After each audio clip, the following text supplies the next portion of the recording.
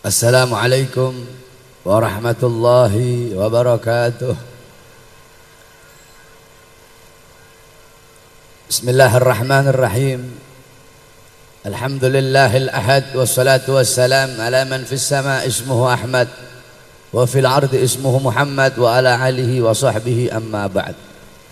Yang saya cintai, yang saya muliakan, para alim ulama, para habaib, para kiai, para asatid, para tokoh masyarakat, wabil khusus guru-guru kita, para dzurriyyah Nabi Muhammad, Al-Habib Mustafa Al-Idrus, Al-Habib Ali Al-Jufri, Al-Habib Umar Al-Aidid, Al-Habib Hussein Al-Kaf, beserta seluruh para habaib, para kiai yang saya cintai, yang saya muliakan, sahibul hajat, sahibul bait, beserta seluruh keluarganya, beserta seluruh hadirin hadirat, bapak-bapak, ibu-ibu, pemuda-pemudi umat baginda Nabi besar Muhammad yang selalu dimuliakan oleh Allah Subhanahu wa taala.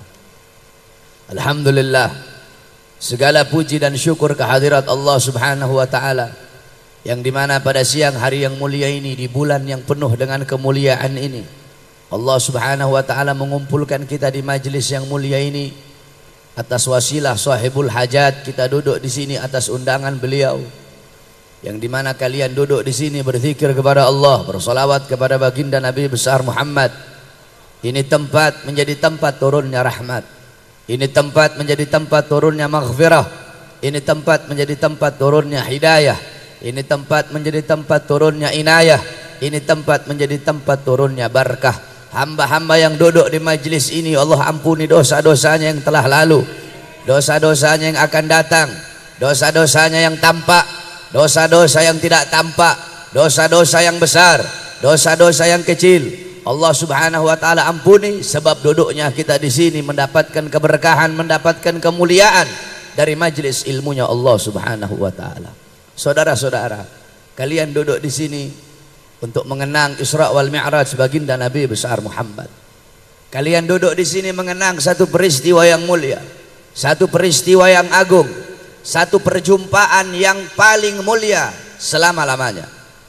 Tidak ada perjumpaan antara kekasih dengan kekasih yang lebih mulia, yang lebih agung selain daripada perjumpaan Nabi besar Muhammad sallallahu alaihi wasallam dengan Allah Subhanahu wa taala. Itu adalah perjumpaan yang paling mulia selama-lamanya.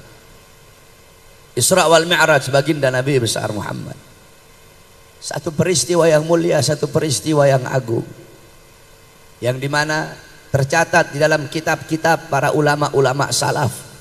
Banyak para ulama-ulama yang mengarang kitab tentang Isra wal Mi'raj baginda Nabi besar Muhammad.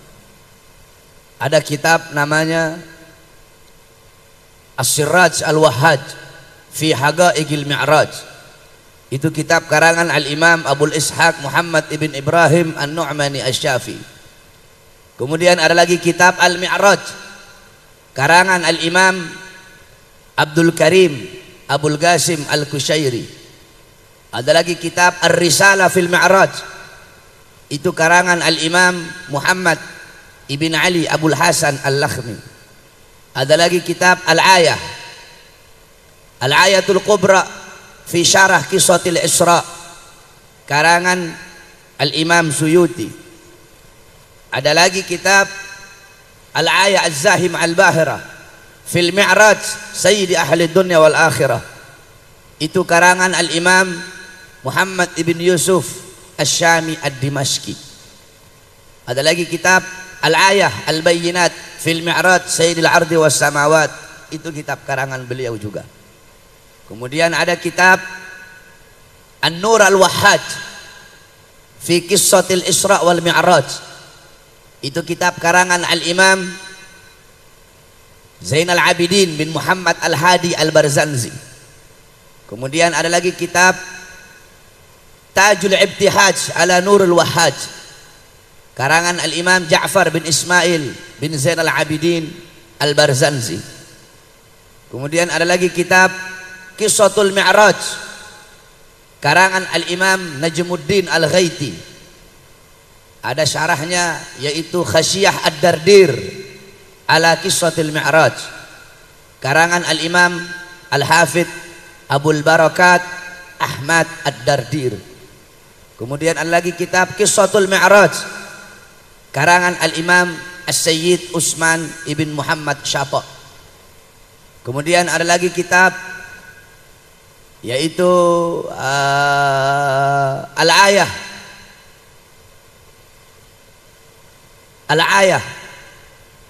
fi Qissatil Isra wal Mi'raj. Banyak kitab-kitab salaf yang menjelaskan tentang Isra wal Mi'raj baginda Nabi besar Muhammad. Pada kesempatan yang mulia ini akan saya bawakan sedikit kisah-kisah Isra wal Mi'raj yang dimana bersandarkan kepada kitab-kitab para ulama salaf tersebut. Sebab jikalau kita menceritakan Isra wal Mi'raj, menjelaskan Isra wal Mi'raj dengan pemikiran kita sendiri, berarti kita merasa lebih pintar, merasa lebih tahu daripada ulama-ulama salaf. Makanya banyak orang-orang sekarang itu mereka salah faham tentang Isra wal Mi'raj. Kenapa? Karena mereka tidak pernah belajar kitab-kitab salaf yang menjelaskan tentang Isra wal Mi'raj. Coba kamu lihat orang-orang yang salah mengerti tentang Isra wal Mi'raj. Banyak orang mengira buruk itu kepalanya perempuan, iya kan? Banyak yang tahu begitu kan? Buruk itu kepalanya perempuan, ada sayapnya, ada ekornya. Buruk itu bukan seperti itu, saudara-saudara. Buruk itu dia kayak kilat. Buruk itu seekor hewan kayak kilat. Dia punya badan lebih kecil dari kuda dan lebih besar dari keledai. Itu buruk. Buruk itu kalau dia jalannya naik, kalau jalan naik, kaki belakangnya memanjang dengan sendiri. Kalau jalan turun, kaki depan memanjang dengan sendirinya. Itu buruk. Terus ada lagi orang yang salah paham. Banyak, udah gitu ustadz-ustadz nih, ustadz-ustadz, kiai-kiai, ketika mengisahkan Isra Mi'raj mereka cerita begini. Nabi Muhammad SAW dibelah dadanya, diambil hatinya, dibersihkan hati Nabi Muhammad. Kalau ada ustadz kiai ngomong kayak begitu, itu ustadz goblok. Dibelah dada Nabi, dibuang kotoran-kotorannya, dibersihkan hati Nabi. Tidak ada, hati Nabi Muhammad tidak ada kotorannya, saudara-saudara. Hatinya Nabi tidak ada kotoran. Nabi Muhammad dibelah dadanya Nabi, diambil hatinya Nabi, dibersihkan. Kenapa? Untuk membersihkan sesuatu yang telah bersih, untuk mensucikan sesuatu yang telah suci.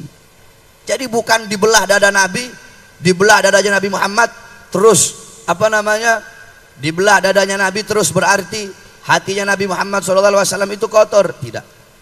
Nabi Muhammad khairu khalqillah, khairul wafa wa bahras safa. Nabi Muhammad itu makhluk yang paling mulia, makhluk paling agung, makhluk paling sempurna. Basyarun, Nabi manusia, lakal basyar, tetapi tidak sama dengan manusia yang lain. Jadi jangan kalian berpikir, sebab banyak ustadz-ustadz ngomong begitu tuh, apalagi ustadz TV. Sering saya lihat itu begitu. Ngomong dibelah dadanya Nabi, diambil hatinya, kemudian dibersihkan kotoran-kotoran. Tidak ada kotoran dalam hati baginda Nabi besar Muhammad. Tidak ada kotoran. Nabi Muhammad manusia paling suci, saudara-saudara. Semuanya suci, tubuhnya suci, jasmaninya suci, darahnya suci, kencingnya Nabi suci. Di dalam kitab Al-Imam Suyuti dijelaskan Nabi Muhammad itu air kencingnya Nabi suci. Air kencingnya Nabi suci, nggak sama kayak air kencingnya kita, saudara-saudara. Pernah satu waktu Nabi Muhammad kencing, air kencingnya beliau taruh di satu wadah, beliau taruh di satu tempat. Nggak sengaja ada satu orang sahabat perempuan, dia nggak sengaja dia ambil itu wadah, dia minum. Ketika Nabi lihat, kenapa kamu minum? Itu air kencingku, kata Nabi Muhammad. Kata ini perempuan apa? Demi Allah ya Rasulullah, aku tidak pernah merasakan air yang lebih segar dari ini ya Rasulullah. Air kencingnya Nabi suci, darahnya Nabi suci, darahnya Nabi Muhammad suci. Abdullah ibn Zubair pernah meminum darah bekas hijamah. Tahu hijamah? Bekam. Darah bekas bekamnya Nabi Muhammad. Nabi habis bekam, darahnya itu Nabi kasih ke Abdullah bin Zubair. Ya Abdullah bin Zubair, kamu buang ini darah di tempat yang tidak dilihat oleh orang. Abdullah bin Zubair bawa itu darah. Dia lihat nggak ada orang, dia minum darah Nabi Muhammad. Dia pergi lagi ke Rasulullah. Ya Rasulullah, sudah aku buang di tempat yang tidak dilihat oleh orang. Di mana kau buang? Di perutku ya Rasulullah. Kenapa kamu? Kan nggak dilihat orang ini ya Rasulullah. Kata Rasulullah apa? Haram jasadmu disentuh api neraka. Darahnya Nabi suci. kencingnya Nabi suci, apalagi hatinya baginda Nabi besar Muhammad. Makanya kalau ngomong itu berdasarkan kitab. Kalau mau belajar, jangan belajar di Google kamu. Belajar sama kitab-kitab salaf. Nah, pada kesempatan yang mulia ini akan saya jelaskan sedikit saja kisah-kisah yang jarang kita tahu. Kalau umumnya kan kita sudah tahu Nabi Muhammad itu Isra dari Masjidil Haram ke Masjidil Aqsa ke langit, berjumpa dengan para nabi sampai berjumpa dengan Allah untuk menerima perintah sholat. Itu umumnya yang kita tahu. Ada beberapa kejadian-kejadian yang luar biasa yang jarang kita tahu yang berkaitan dengan Isra wal Mi'raj baginda Nabi besar Muhammad. Saudara-saudara, Isra wal Mi'raj Nabi Muhammad SAW pada tahun itu adalah amul huzun. Pada tahun itu adalah tahun kesedihan bagi Nabi Muhammad. Kenapa tahun itu dinamakan tahun kesedihan? Karena di tahun yang sama istri yang Nabi Muhammad cintai wafat, yaitu Sayyidatuna Khadijatul Kubra. Paman yang Nabi cintai wafat, yaitu Abu Thalib. Ini dua tokoh adalah tokoh yang sangat penting dalam Islam.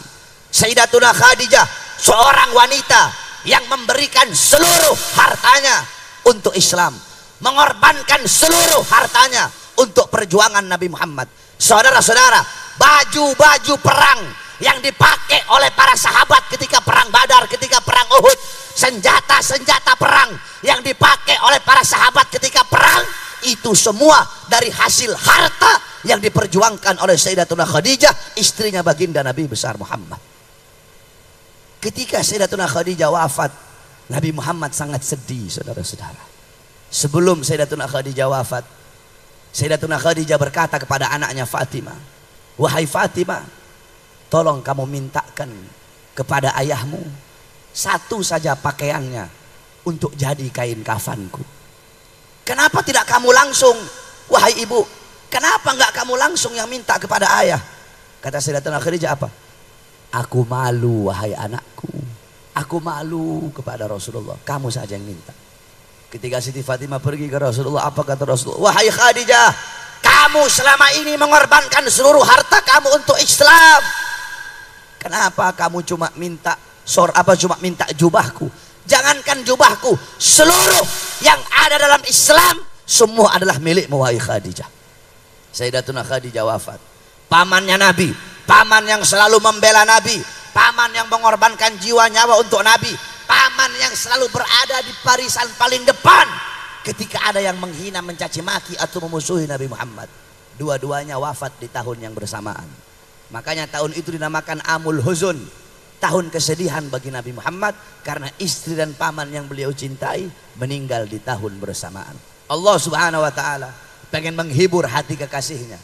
Nabi Muhammad sedih, maka Allah Subhanahu wa taala perjalankan Nabi Muhammad pada malam hari dari Masjidil Haram ke Masjidil Aqsa, dari Masjidil Aqsa ke Hawa, berjumpa dengan Allah. Sebagaimana dalam Al-Quran, Allah Subhanahu wa taala berfirman, Subhanalladzi asra bi'abdihi lailan minal Masjidil Haram ilal Masjidil Aqsa. Subhana. Nah, ini coba ibu-ibu, bapak-bapak dengarkan betul-betul. Saya tafsirkan sedikit sebagaimana yang dijelaskan dalam kitab tentang makna subhana, makna asra, makna lailan, makna bi'abdihin dan lain-lain. Anggap saya nggak ceramah, anggap ini lagi saya buka kitab, anggap saya lagi nggak ceramah, anggap lagi buka kitab. Subhana, para ulama mengatakan apa itu subhana? Subhana dalam ayat tersebut bimakna tanzih, itu pertama. Kedua, subhana bimakna ta'ajjub, itu kedua. Ketiga, subhana bimakna al-bara'ah. Jadi subhana di sini adalah tanzihullah min kulli naqsin, al-bara'ah lillah min kulli su'in. Apa maksudnya? Subhana ini melepaskan Allah, melepaskan Allah dari segala kekurangan-kekurangan, mensucikan Allah dari segala keburukan-keburukan. Nah, para ulama mengatakan, kenapa Allah pakai kalimat subhana ini untuk ta'ajub? Ini Isra wal Mi'raj adalah kejadian yang gak masuk akal, saudara-saudara. Bagaimana mungkin perjalanan yang harusnya dilalui selama berbulan-bulan, perjalanan itu cuma dilalui oleh Nabi Muhammad hanya suatu malam, sedikit daripada waktu malam. Nggak masuk di akal. Nah, untuk menghilangkan keraguan-raguan di dalam diri kita, makanya Allah pakai kata subhana. Sebenarnya walaupun nggak pakai subhana itu sudah cukup, tetapi untuk menghilangkan keraguan dalam hati kita, dalam diri kita, sehingga Allah pakai kata subhana untuk menghilangkan keraguan, karena tidak ada yang mustahil bagi Allah. Kalau Allah nggak mampu untuk menjalankan Nabi Muhammad, berarti Allah punya kekurangan, sedangkan maha suci Allah dari segala sifat-sifat kekurangan. Itu yang pertama. Subhanalladzi asra bi'abdihi. Maha suci Allah subhanahu wa ta'ala, maha suci zat yang telah menjalankan hambanya pada malam hari, yang telah menjalankan hambanya bi'abdihi. Al-Imam Fakhruddin Ar-Razi di dalam tafsirnya beliau berkata, qauluhu bi'abdihi bil jasadi warruh. Jadi Allah pakai kata abdihi di sini maksudnya apa? Nabi Muhammad itu Isra Mi'raj dengan jasad dan juga ruh. Jadi Nabi Muhammad itu bukan hanya ruhnya saja. Ada hadis Sayyidatuna Aisyah yang mengatakan Nabi Muhammad tetap masih berada di tempatnya, masih anget tempat bekas duduknya Nabi Muhammad SAW. Sedangkan pendapat yang paling muktamad, pendapat yang paling kuat, Nabi Muhammad Isra Mi'raj dengan jasad dan juga ruh. Sebab kalau Nabi Muhammad Isra Mi'raj hanya ruhnya saja, Allah nggak akan pakai kata abad di situ. Pasti Allah akan pakai kata biruhihi. Kalau Nabi Muhammad Isra Mi'raj hanya jasadnya saja tanpa ruh, Allah akan pakai kata bimayyitihi.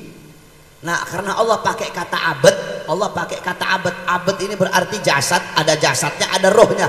Yakdotan, Nabi Muhammad dalam keadaan terjaga, jasadnya, rohnya, Isra wal Mi'raj berjumpa dengan Allah Subhanahu wa ta'ala. Lailan ditandai dengan tanwin nakiroh.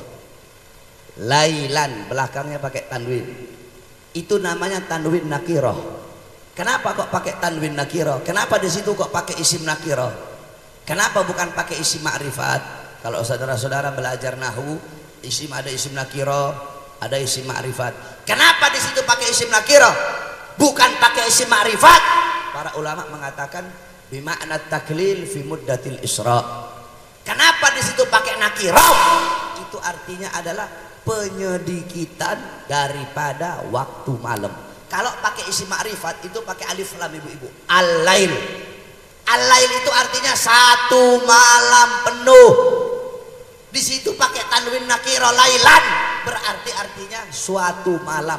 Berarti Nabi Muhammad itu Isra Mi'raj enggak selama satu malam penuh, enggak. Hanya sedikit daripada waktu malam tersebut.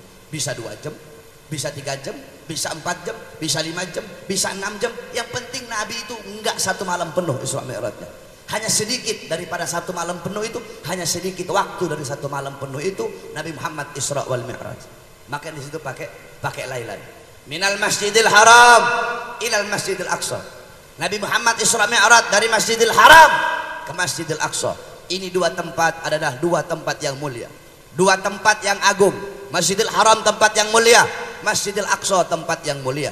Sampai-sampai dikatakan oleh Nabi dalam hadis, la tusaddur rihal illa ila thalatha masajid, masjidi hada wa masjidil haram wa masjidil aqsa. Kata Nabi, tidak ada bepergian yang lebih utama selain pergi ke 3 masjid.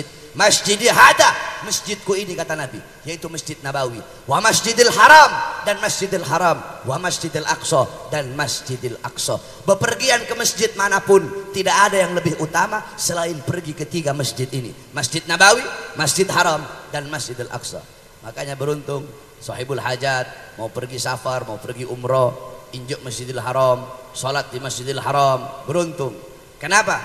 Dikatakan qala Rasul sallallahu alaihi wasallam, salatun fi masjidi hada khairum min alfi salatin fi ma siwahu illa Masjidil Haram. Salat fi Masjidil Haram khairum min alfi mi'ati salatin fi ma siwahu. Kata Nabi, salat di masjidku ini, yaitu Masjid Nabawi, lebih utama, lebih mulia daripada 100 kali sholat di masjid-masjid yang lain. Illa kecuali Masjidil Haram. Sholat di Masjidil Haram itu lebih utama daripada 100.000 kali sholat dibandingkan dengan masjid-masjid yang lain. Jadi 1 rakaat kalian sholat di Masjidil Haram itu lebih utama daripada 100.000 rakaat dibandingkan dengan masjid yang lain. Kamu sholat di masjid yang lain, sholat duhur 1 kali di Masjidil Haram, sholat duhur 1 kali di Masjidil Haram itu lebih mulia, lebih utama, lebih baik daripada 100.000 kali duhur di masjid-masjid yang lain. Itu keutamaan yang ada di Masjidil Haram, keutamaan yang ada di Masjid Nabawi, dan keutamaan yang ada di Masjidil Aqsa.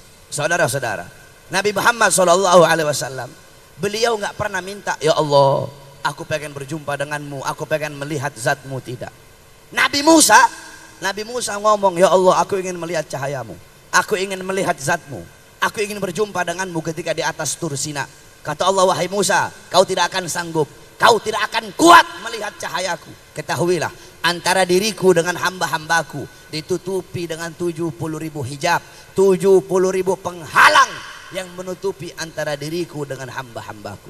Ada Imam Ghazali menjelaskan, penghalang Allah ciptakan dari cahaya, dari air, dan dari kegelapan. Di dalam penghalang Allah itu ada suara gemuruh air. Andaikan saya dan kalian Allah perdengarkan, andaikan telinga kita bisa dengar suara air yang ada dalam penghalangnya Allah, saking ketakutan hatinya kita bakal copot dari badan, saudara-saudara. Kata Allah apa? Wahai Musa, 70.000 penghalang ini tidak akan aku buka untuk siapapun kecuali untuk Muhammad dan untuk umat Muhammad. Apa kata Nabi Musa? Ya Allah, aku tidak bisa jadi Muhammad, maka jadikanlah aku bagian daripada umat Muhammad. Nabi Musa enggak bisa ketemu dengan Allah. Tetapi Nabi Muhammad, Nabi enggak pernah bilang, ya Allah, aku ingin melihatmu, aku ingin berjumpa denganmu, tidak. Tapi Allah yang pengen berjumpa dengan baginda Nabi besar Muhammad. Allah yang pengen melihat langsung Nabi Muhammad sallallahu alaihi wasallam. Nabi Musa enggak bisa ketemu Allah. Malaikat Jibril enggak bisa ketemu dengan Allah Subhanahu wa taala. Tetapi Nabi Muhammad, jasadnya, ruhnya, bahkan sendalnya berjumpa dengan Allah Subhanahu wa taala. Sendalnya Nabi ketemu dengan Allah. Sampai-sampai ulama bilang, siapa yang lebih mulia? Jibril atau sendalnya Nabi yang lebih mulia? Jibril nggak bisa ketemu langsung dengan Nabi Muhammad. Nabi Muhammad sendalnya ketemu dengan Allah Subhanahu wa taala. Ketika itu Jibril berkata, ya Rasulullah, tugasku cukup sampai di sini. Ketika Rasul sudah mau ketemu Allah nih waktu Mi'raj, tugasku cukup sampai di sini. Aku tidak bisa meneruskan perjalanan. Kata Rasulullah, la yatruk khalila wahai Jibril. Ya Jibril, tidak akan meninggalkan kekasih itu kekasih wahai Jibril. Kamu dari awal menemani aku, kenapa sampai sini kamu tinggalkan aku? Kenapa kamu nggak temani aku berjumpa dengan Allah? Kata Jibril, tugasku sampai di sini. Aku tidak bisa meneruskan perjalanan. Kalau aku berjumpa dengan Allah, aku akan musnah, hancur, binasa aku. Kata Rasulullah, wahai Jibril, bukankah kamu Allah ciptakan dari cahaya? Kamu dari cahaya, kok bisa kamu hancur? Kata Jibril, ya Rasulullah, aku dari cahaya Allah ciptakan, tapi aku bukan bagian dari cahaya Allah. Kamu, Allah ciptakan kamu dari cahaya, tetapi kamu adalah bagian dari cahaya Allah. Khalaqa min nurih. Nabi Muhammad diciptakan dari cahaya Allah Subhanahu wa taala. Logikanya begini, kalau kamu nggak paham bahasa saya, begini aja. Ibu-ibu tahu matahari? Tahu matahari? Tidak ada satu benda apapun yang bisa nyampe ke matahari kecuali cahaya matahari itu sendiri. Itu kalau kamu belajar ilmu-ilmu apa namanya itu, kalau begitu-begitu, IPA ya. Kalau kamu belajar ilmu-ilmu begitu, itu planet, andaikan ini planet dekat sama matahari, belum nyampe ke matahari udah hancur di bumi. Planet Mars, semua bintang, nggak ada yang bisa nyampe ke matahari. Asal mau nyampe ke matahari, hancur. Terus yang bisa nyampe apa? Cahaya matahari itu sendiri yang bisa kembali kepada sang matahari. Matahari waktu terbit, keluar cahayanya kan? Keluar cahayanya. Nanti pas udah terbenam, yang kembali ke matahari apanya? Cahayanya yang kembali. Nggak ada satu benda apapun yang bisa nyampe kepada matahari kecuali bagian dari cahaya matahari itu sendiri. Nah, Allah tidak ada yang bisa nyampe langsung berjumpa dengan Allah kecuali bagian dari cahaya Allah sendiri. Siapa bagian dari cahaya Allah? Baginda Nabi besar Muhammad. Paham nggak? Kalau nggak paham datang belajar ke pondok sana. Terlalu kalau masih nggak paham juga. Jadi itu, ya Nabi Musa nggak bisa ketemu Allah. Nabi sendalnya ketemu dengan Allah Subhanahu Wa Taala. Kenapa sendalnya Nabi jadi mulia? Sendalnya Nabi jadi mulia karena menyatu dengan sesuatu yang mulia. Padahal sendalnya Nabi dari kulit biasa. Sendalnya Nabi dari kulit. Tapi kenapa kulit itu jadi mulia? Nah, ibu-ibu, kalau kulit dibikin dompet seumpama, bisa nggak taruh di kamar mandi? Dompet bisa taruh di kamar mandi? Bisa. Megang dompet nggak punya wudhu, bisa nggak? Tapi coba itu kulit jadi sampul ayat suci Al-Quran. Ketika kulit itu jadi sampul daripada ayat suci Al-Quran, boleh nggak taruh di kamar mandi? Megang boleh nggak? Dipegang kalau nggak punya wudhu boleh nggak? Nggak boleh megang kalau nggak punya wudhu, harus ditaruh di tempat yang tinggi. Padahal sama-sama kulit. Tapi kenapa kulit jadi mulia? Kulit itu jadi mulia karena menyatu dengan sesuatu yang mulia, yaitu Al-Quran. Begitu juga sendalnya Nabi Muhammad. Sendalnya Nabi jadi mulia karena menyatu dengan sesuatu yang mulia. Siapa apa? Kakinya baginda Nabi besar Muhammad sallallahu alaihi wasallam. Sampai Al-Imam dalam kitab Al-Mawahib Al-Laduniyah, Al-Imam Al-Qastallani, beliau berkata, aku menyadari begitu agungnya pancaran cahaya dari sendal Nabi Muhammad, sehingga aku taruh sendalnya Nabi di atas kepalaku, kata Imam Qastallani. Sendalnya Nabi, terompahnya Nabi, aku taruh di atas kepalaku bagaikan mahkota untuk mengharapkan keberkahan dari sendal Nabi Muhammad. Makanya saya nggak setuju itu. Banyak dijual di online kan, sendalnya Nabi Muhammad. Iya, sendalnya Nabi buat di atas kepala. Ada itu perumpamaan sendal Nabi, banyak yang jual itu. Jual sendal mirip sendal Nabi Muhammad. Kamu nggak punya adab sama Nabi Muhammad. Para ulama gambar sendalnya Nabi mereka taruh di atas kepala. Makanya kalau gambar-gambar trompa ada kan di peci-peci tuh, Habib Umar, kayak begitu tuh. Sendalnya Nabi, gambar sendal Nabi taruh di atas kepala. Bukan kamu bikin sendal juga terus kamu injak-injak kamu pakai. Nggak ada adab itu sama Nabi Muhammad SAW. Para ulama-ulama terdahulu mereka punya rumah, mereka tempel gambar Nabi Muhammad. Bahkan dalam Thariqah Tijani, lambangnya itu adalah lambang sendal Nabi Muhammad. Dikatakan oleh para ulama, barang siapa yang di rumahnya ada gambar sendalnya Nabi, walaupun rumah semuanya terbakar di sekeliling dia, rumahnya tidak bakal terbakar. Kalau kebakaran, rumahnya nggak bakal terbakar. Kenapa? Karena ada gambar sendal Nabi Muhammad. Itu sendalnya Nabi, berjumpa dengan Allah Subhanahu Wa Taala. Kenapa sendal itu jadi mulia? Karena menyatu dengan sesuatu yang mulia, yaitu baginda Nabi besar Muhammad sallallahu alaihi wasallam. Saudara-saudara sekalian yang dimuliakan oleh Allah. Kemudian yang jarang kita tahu, ketika Jibril Allah perintahkan untuk memilih buruk. Jibril pergi ke taman buruk. Ada banyak betul buruk. Ini buruk tampan-tampan, bagus-bagus, ini buruk. Jibril melihat ada satu buruk yang lesu. Ada satu buruk yang lesu, ada satu buruk yang masih menangis, tidak berhenti dia menangis. Jibril nanya, wahai buruk, lihat teman-teman kamu yang lain riang, gembira, kenapa kamu menangis wahai buruk? Buruk tersebut berkata, wahai Jibril, ketika Allah ciptakan kami, Allah berkata, salah satu di antara kalian nanti bakal ada yang menjadi tunggangan baginda Nabi besar Muhammad. Ketika Allah berkata seperti itu, maka ketika itulah aku menangis. Sampai sekarang tidak berhenti aku menangis, karena aku berharap akulah yang menjadi tunggangan baginda Nabi besar Muhammad. Akhirnya apa? Jibril memilih buruk tersebut sebagai kendaraan baginda Nabi besar Muhammad sallallahu alaihi wasallam. Itu yang keberapa? Terus selanjutnya yang jarang kita tahu, dalam kitab dijelaskan bahwasanya Nabi Muhammad sallallahu alaihi wasallam ketika beliau Mi'raj naik ke langit, ketika itu saudara-saudara, semua malaikat berdiri. Ada satu malaikat yang tidak berdiri. Ini malaikat tidak berdiri. Akhirnya apa saudara-saudara? Allah Subhanahu Wa Taala patahkan sayap ini malaikat. Kemudian Allah asingkan ini malaikat. Ketika itu malaikat berjumpa dengan Jibril. Jibril berkata, Kenapa kamu Allah asingkan ke sini?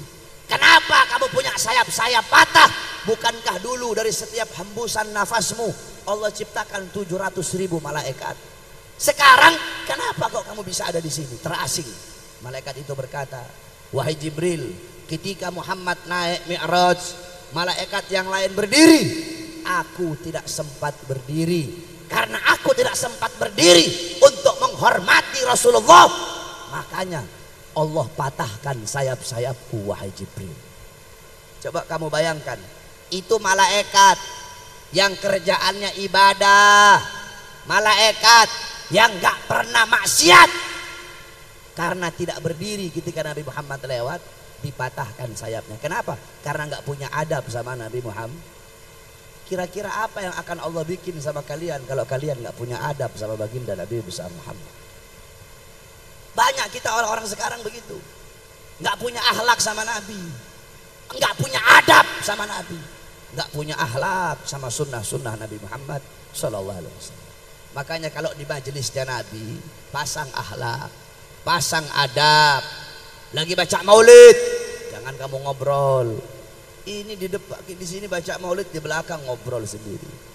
Lagi baca maulid, ya Rabbi salli ala Muhammad, ya Rabbi salli alaihi wasallim. Ada yang rokok. Lagi baca maulid, ada yang rokok. Nabi Muhammad nggak bakal hadir. Dalam i'tikad Ahlus Sunnah wal Jamaah, di dalam keyakinan Ahlus Sunnah wal Jamaah, setiap dibaca maulid Nabi hadir. Makanya kan ada namanya mahallul qiyam. Ya, kita berdiri. Ya Nabi salam alaika. Kenapa? Karena kita yakin Nabi Muhammad SAW hadir ketika dibacakan maulid. Makanya kita berdiri untuk menyambut Nabi Muhammad. Loh Beb, mana Nabi? Nggak kelihatan Beb, Nabi Muhammad mana nggak kelihatan. Bagaimana kau bisa lihat Nabi? Kamu punya mata sering mandang cabe-cabean. Kamu punya mata pagi siang sore malam memandang aurat. Kedua matamu sering memandang hal-hal yang Allah haramkan. Bagaimana kau bisa melihat Nabi Muhammad? Kamu tidak bisa melihat Nabi, tapi yakini Nabi Muhammad melihat kalian. Yakini Nabi Muhammad melihat kamu, walaupun kamu tidak bisa melihat Nabi Muhammad. Makanya kita berdiri. Tetapi kata Abu Yamaliki dalam kitabnya, bisa juga walaupun kamu baca maulid, Nabi nggak hadir. Kenapa? Kalau di dalam peringatan itu, di dalam pembacaan maulid itu, ada perkara-perkara yang dibenci oleh Nabi Muhammad, Nabi nggak bakal hadir. Contoh, baca maulid, ada ikhtilat. Tahu ikhtilat? Nggak tahu. Ikhtilat itu bercampur laki dan perempuan tanpa pemisah. Itu namanya ikhtilat. Nabi nggak bakal hadir. Kamu baca maulid ribuan kali kayak Nabi nggak bakal hadir. Kayak gini nih. Ini ikhtilat namanya nih. Jadi besok-besok bikin pakai kain kecil, pisahin begitu. Laki-laki di sini, perempuan di belakang. Nabi nggak bakal hadir. Ikhtilat. Nabi nggak bakal hadir kecuali uzur syar'i. Kayak 411, 212 lagi baca maulid tuh, 212 baca maulid kan banyak tuh. Jutaan orang udah nggak bisa diatur kecuali seperti itu. Itu uzur syar'i namanya. Tapi kalau masih bisa diatur kayak begini, atur laki-laki perempuan agar Nabi Muhammad hadir. Itu pertama, ikhtilat. Nabi nggak bakal hadir. Kedua, lagi baca maulid. Ya Rabbi salli ala Muhammad waftah minal khairi kulla mughlaq. Ada yang ngerokok. Lagi baca maulid di tengah-tengah ada yang ngerokok. Nabi nggak bakal hadir. Jangankan ngerokok, bawa rokok, Nabi nggak hadir. Apalagi ngerokok. Dalam kitab An-Nafahat As-Sadiyah ila Daril Hadramiyah diceritakan Al-Habib Ali bin Muhammad Al-Habsyi. Habib Ali, beliau ketika itu Habib Ali melihat Nabi Muhammad ini mau masuk ke rumah satu orang. Tapi Nabi Muhammad mau masuk nggak jadi ketika ditarim. Habib Ali nanya, ya Rasulullah, tadi aku lihat kamu mau masuk ke rumah itu orang, tapi nggak jadi, kamu keluar lagi. Kenapa ya Rasulullah? Kata Rasul, aku mau masuk ke rumah itu orang karena di rumah itu sedang dibacakan maulid.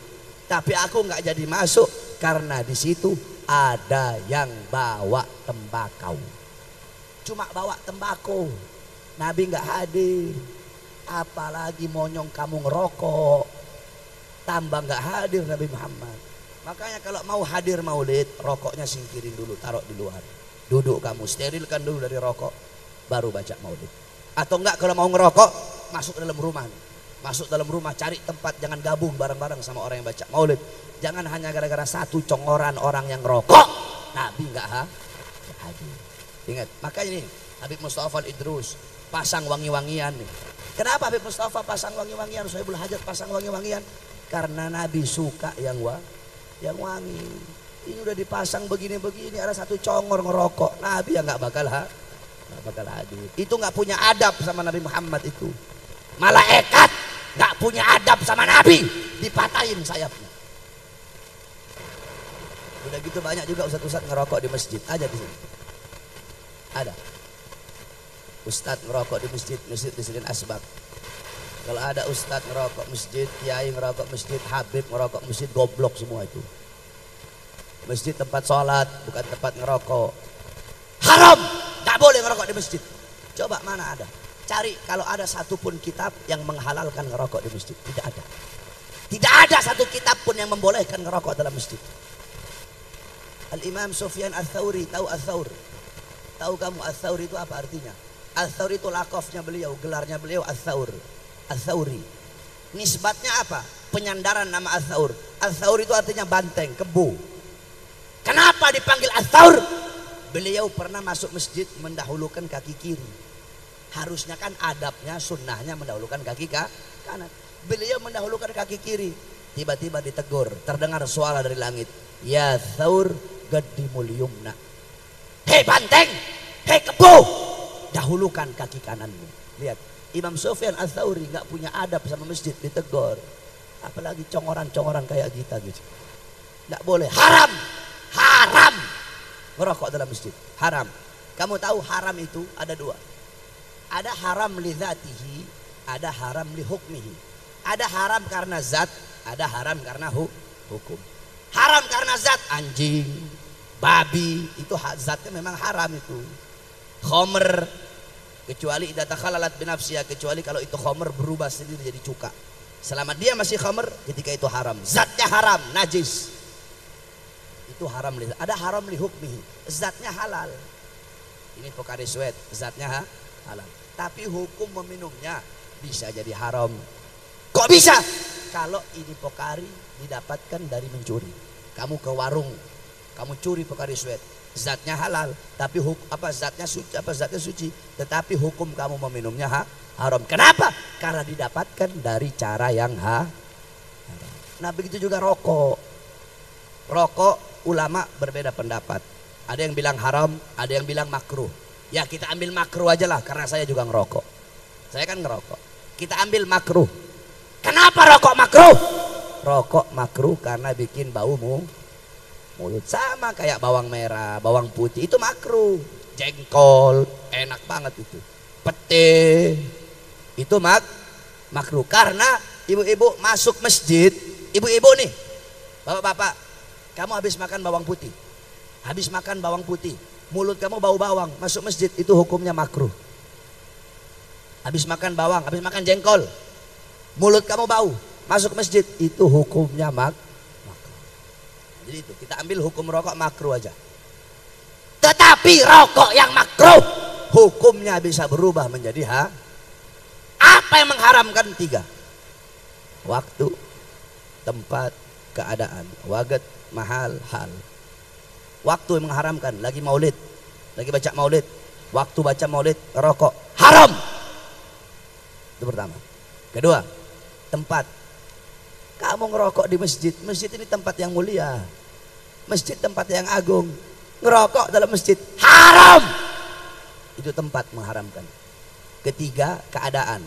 Kamu lagi ngerokok, di samping ada ibu-ibu bawa bayi. Dengan kamu ngerokok mengganggu dia, mengganggu bayinya. Pada saat itu, dalam keadaan seperti itu, rokok hukumnya berubah menjadi Jadi pasang akhlak, pasang adab yang baik di majelis Nabi Muhammad. Kenapa? Malaikat saja nggak punya adab. Ketika Nabi Isra Mi'raj dipatahin sayapnya, apalagi kita. Intisari Isra Mi'raj. Intinya Nabi Muhammad Isra wal Mi'raj, berjumpa dengan Allah, berjumpa dengan Azizul Wahhab bila hijab, untuk menerima satu perintah yang mulia. satu perintah yang agung, satu perintah yang luar biasa, yaitu sholat. Ketika Allah perintahkan zakat, cukup melalui Al-Quran. Allah perintahkan haji, cukup melalui Al-Quran. Allah perintahkan jihad, cukup melalui Al-Quran. Allah perintahkan puasa, cukup melalui Al-Quran. Allah perintahkan segala macam, cukup lewat Al-Quran. Tetapi ketika Allah perintahkan sholat, tidak cukup melalui Quran.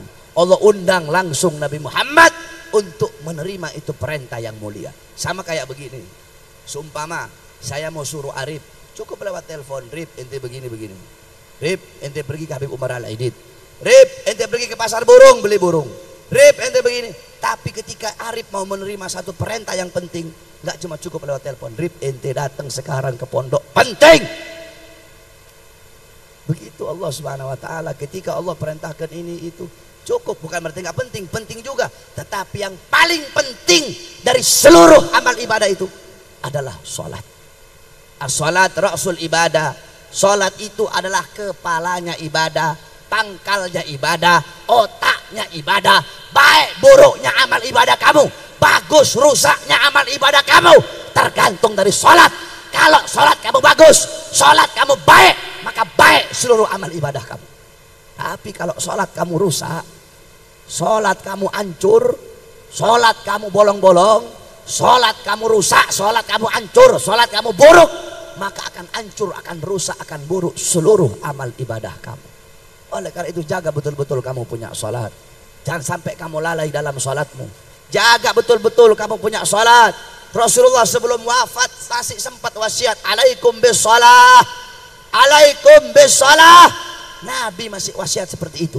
Nabi Muhammad, jangankan saya dan kalian, jangankan kita, saya ahli maksiat, kamu juga ahli maksiat. Saya dan kalian, kita sama-sama ahli maksiat. Gak usah munafik-munafikan. Saya ahli maksiat, kamu juga ahli maksiat. Jangankan kita yang ahli maksiat, Nabi Muhammad pasti masuk surga. Bukan hanya pasti, tapi surga Allah ciptakan untuk Nabi Muhammad. Surga Allah ciptakan untuk Nabi.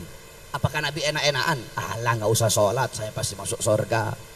Nggak usah puasa, ngapain capek-capek, toh saya pasti masuk surga. Apakah Nabi seperti itu? Enggak. Justru Nabi yang paling banyak sholatnya, padahal Nabi dijamin surganya. Padahal Nabi maksum, tapi Nabi sholat sampai kakinya bengkak. Saya dan kalian, kita siapa? Hah? Kamu dijamin masuk surga? Kenapa kamu lalai sholat kamu? Saya dan kamu, kita pasti masuk surga. Kok kita masih lalai dalam sholat? Takut kamu kepada Allah Subhanahu wa ta'ala. Jaga engkau punya sholat. Jangan sampai engkau lalai dari sholat. Jangankan lalai, jangankan kamu ninggalin sholat, telat saja. Telat. Al-Habib Umar bin Abdurrahman Al-Attas, Habib Umar satu waktu beliau punya anak wafat. Kamu perhatikan betul-betul ini kisah. Habib Umar anaknya wafat. Ketika anaknya Habib Umar wafat, datang orang-orang takziah. Orang-orang datang takziah. Kata Habib Umar apa? Sungguh bagi kalian musibah agama adalah musibah yang enteng. Kata Habib Umar, musibah agama bagi kalian adalah musibah yang enteng. Bagiku, kata Habib Umar, terlambat sholat jamaah. Perhatikan kata beliau, terlambat sholat jamaah bagiku itu lebih musibah daripada kematian anak-anakku. Ibu-ibu kalau anaknya mati sedih nggak? Nangis. Iya. Nah, Habib Umar anaknya mati, anaknya wafat, sedih beliau, nangis beliau. Tapi kata beliau apa?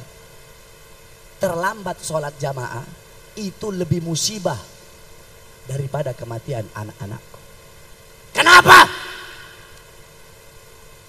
Ketika anakku mati, itu adalah musibah dunia. Sedangkan terlambat sholat adalah musibah agama. Itu cuma telat, itu musibah agama. Bagaimana jika lo meninggalkan sholat dengan sengaja? Makmurkan kamu punya masjid dengan sholat. Makmurkan kamu punya masjid dengan sujud, dengan memperbanyak aurat. Jaga betul-betul kamu punya sholat. Jangan sampai kamu tinggalkan itu kamu punya sholat. Ada satu kisah. Ada seekor sapi. Itu sapi berkata seperti ini, ya Allah, aku punya daging besar, Aku punya daging banyak, setidaknya aku masih lebih mulia daripada seekor kambing.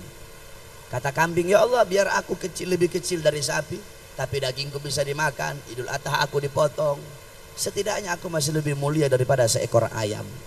Apa kata ayam? Ya Allah, walaupun aku lebih kecil dari kambing, tetapi badanku juga bisa dimakan, telurku bisa dimakan, sehat untuk orang. Subuh aku bangunkan orang-orang sholat, setidaknya aku masih lebih mulia daripada seekor anjing. Apa kata anjing? Ya Allah, memang saya ini nggak bisa dimakan, ya Allah, saya najis, nggak bisa dimakan, haram dimakan. Tetapi ya Allah, saya masih bermanfaat. Saya jaga rumahnya orang, saya jaga rumah-rumahnya orang dari maling, dari kejahatan, dari gangguan, dari keburukan. Setidaknya saya masih lebih mulia daripada seekor babi. Apa kata babi? Ya memang saya ini syarat dabah, saya binatang paling buruk, binatang paling hancur saya, kata babi. Babi makan kotorannya sendiri.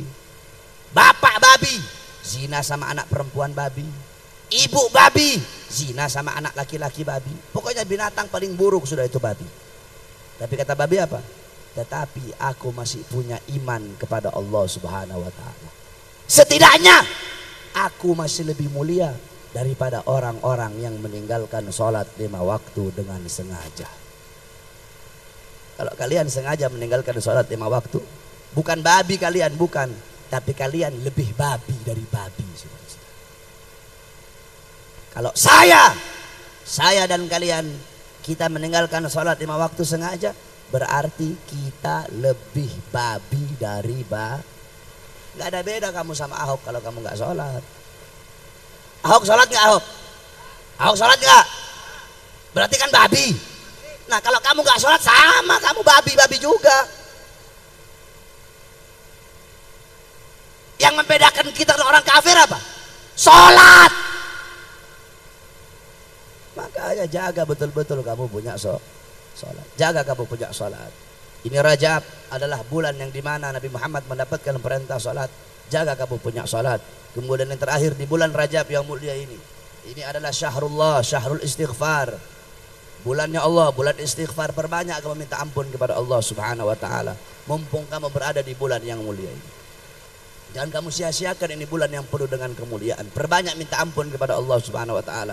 Di bulan-bulan yang lain banyak pengampunan Allah, tetapi di bulan Rajab pengampunan Allah lebih luas, lebih banyak, lebih besar daripada bulan-bulan yang lain. Gunakan ini bulan Rajab, hidupkan pagi, siang, sore, malamnya untuk memperbanyak ibadah kepada Allah, memperbanyak puasa sunnah.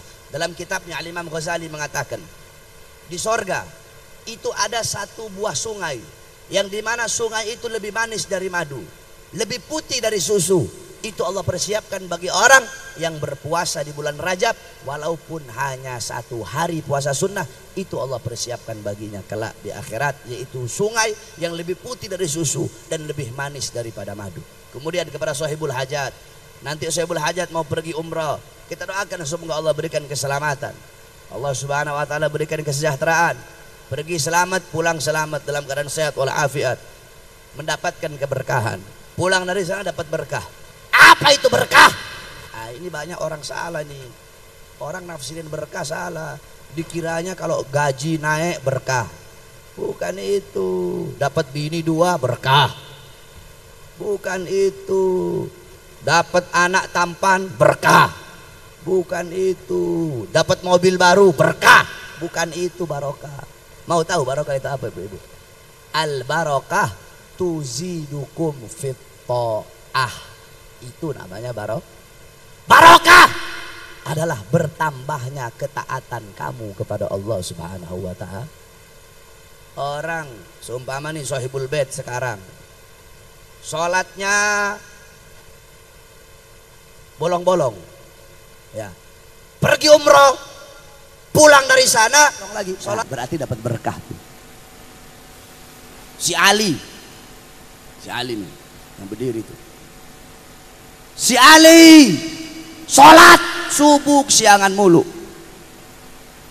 pergi umroh, pergi Masjidil Haram, ziarah ke makam Nabi, pulang dari umroh tetap kesiangan, nggak dapat berkah berarti. Kenapa? Sebab tidak bertambah ketaatannya. Jadi barokah itu bukan bertambah harta, tetapi bertambah ketaatan kepada Allah Subhanahu wa taala. Ya, di sana itu tempat mulia, ada namanya Padang Arafah. Ibu-ibu tahu Padang Arafah ini? Ada satu cerita ibu-ibu. Namanya ada satu orang soleh namanya Abdullah ibn Mubarak. Ini ibn Mubarak dia 33 kali wukuf di Padang Arafah.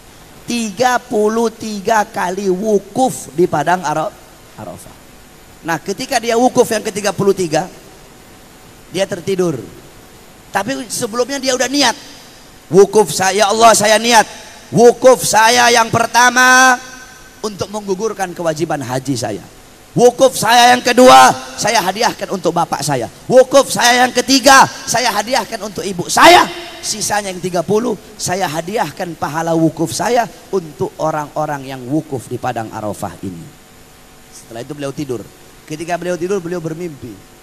Ada satu suara berkata seperti ini, wahai Ibn Mubarak, apakah kamu akan berbuat dermawan kepada yang maha dermawan? Apakah kamu akan berbuat baik kepada yang maha baik? Ketahuilah wahai Ibn Mubarak, dosa-dosa orang yang wukuf di Padang Arafah telah aku ampuni 70.000 tahun sebelum aku ciptakan ini Padang Arafah.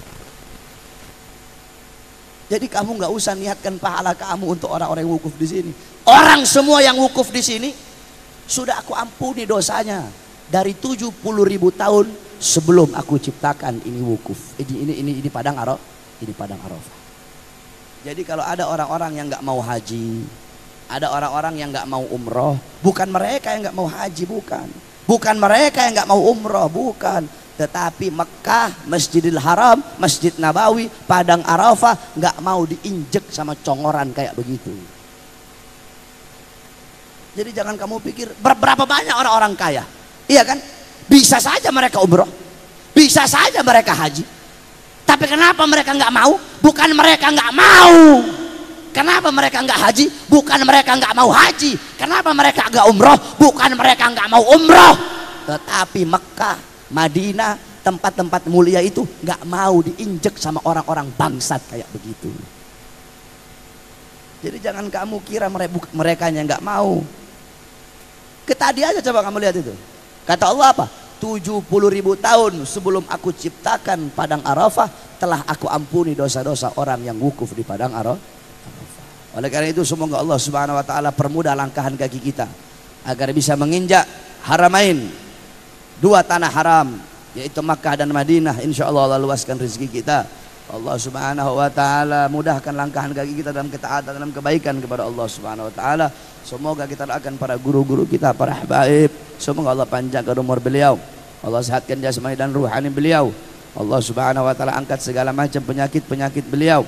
Allah Subhanahu wa taala berikan kepada kita manfaat dari ilmu-ilmu beliau. Amin amin ya rabbal alamin. Bismillahirrahmanirrahim. Allahumma as'aluka khairal as'ala, khairal du'a wa khairal najah, wa khairal amal wa khairal hayat wa khairal mamat. وثبتنا وثقل موازانا وحقق إيمانا وأنت مولانا فنصر لكم الكافرين وصلى الله على سيدنا محمد وآله وصحبه وبارك وسلم. الحمد لله رب العالمين والعفو منكم والسلام عليكم ورحمة الله وبركاته.